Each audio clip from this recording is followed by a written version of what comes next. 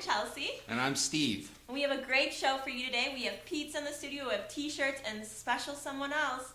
Oh yes, Brian Munsell. We're here with his ASIC gel shoes, and we're going to talk about that, what makes it special, and what adds to his fundamental game that's probably one of the most fun fundamental games to watch in the league. I'm very excited to get into some questions with him. We're going to find out a lot of stuff today.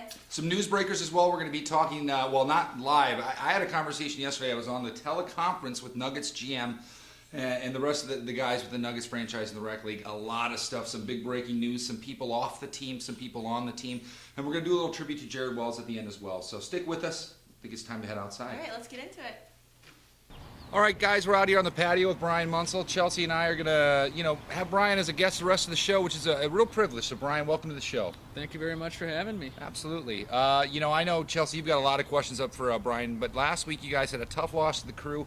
Tell us a little bit about that, and then, I know Chelsea's curious about a few things that involve fashion with your team as well. Sure. Well, it was, obviously I wish the outcome would have been a little bit different, but it threw me off a little bit watching last week's episode of the show and hearing Chelsea go completely against the Munsell brothers and pick the Dreifke brothers. So instantly we were starting off on the wrong foot, but the game was a lot of fun to play. It was up and down. I think similar to a lot of games this year, our team just found an inopportune time to go through a little dry spell, and we just need to figure out a way to eliminate that. Okay, I did lose some sleep predicting against you, I promise. But I didn't lose sleep over Hans Hennen's hairdo. Can you explain a little bit about that? I wish I could. I mean, the guy marches to the beat of a different drummer a little bit in a good way, and I think he thought, it's the start of a new season. I'm going to go big or go home, and what better way to do it than, I think it summed it up the best on the website. He popped the top. Now, you guys are going into the future now. You guys are planning to go big, it sounds like. And let's talk about the middle, because one of the gaps that you guys have in this team this year, and faced a little bit of criticism, it had nothing to do with your perimeter game, because you guys have one of the best in the league, not only competitive, but all across the board. What are you going to do to try and help fill up the middle and get some size down low? It's 6'7" and above doesn't grow on trees. So right. We're actively out searching gyms, playgrounds, elementary schools. I mean, anyone who's got some size, and we've got some ideas. I think we've got the direction that we want to go, but before I can't say anything until the ink is dry. Okay, so it sounds like some things are in the works. Some things are definitely in the works. You've probably been running some workouts this week, a lot like the NBA, getting ready for the big draft next week. Very similar. Because word has it that you were attending some of those Timberwolves workouts, checking out some of the big guys as well last Thursday. Would that be an accurate statement, or is that completely fictitious? Completely fictitious. Okay, I thought so.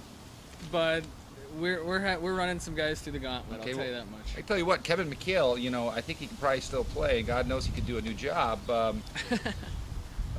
think maybe Kevin McHale would be a good addition to the team. I don't know if he could keep up with our up and down style. That is very true. Chelsea got to see you guys a lot in the games too, and an up and down style was a part of that. So let's get to the highlights right now, and we'll be back with Brian to talk a little bit more. Sounds great.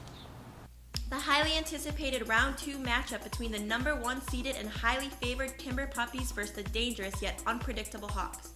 This game featured the 2 highest profile rep players, Kyle Wenzel and James Archer, going at it, and what a duel it was. However, it wasn't just Wenzel on defense.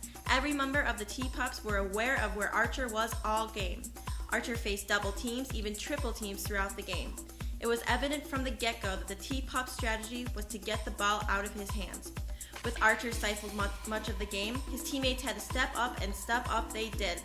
Elizondo feeds Greg Licklider for a short jumper and won. Licklider a solid 10 points in the contest. Outside game for the Hawks as Mike McCain hits a 3.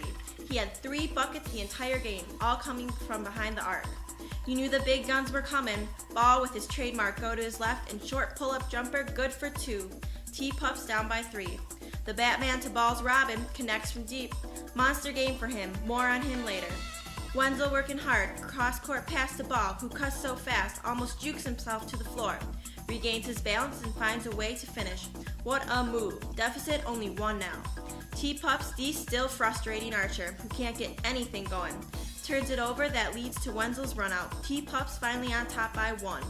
However, the Hawks would not go quietly into the night. Good ball movement leads to Elizondo's easy lay-in that breaks a tie ball game 45-43. Derek Brown, never the shy one from deep, hits another three. The T-Pups couldn't find an answer for Brown, who finished the game with 6 threes. But clutch free throws, shooting, and timely long balls, one from Marco and another from Ball here. Bucket there, kept the T-Pups dream alive. Wenzel, who proclaimed he'd retire if they lost to the Hawks, doesn't have to worry no more. He paced the T-Pups with 41 points and can sleep at night knowing his UH career is still alive.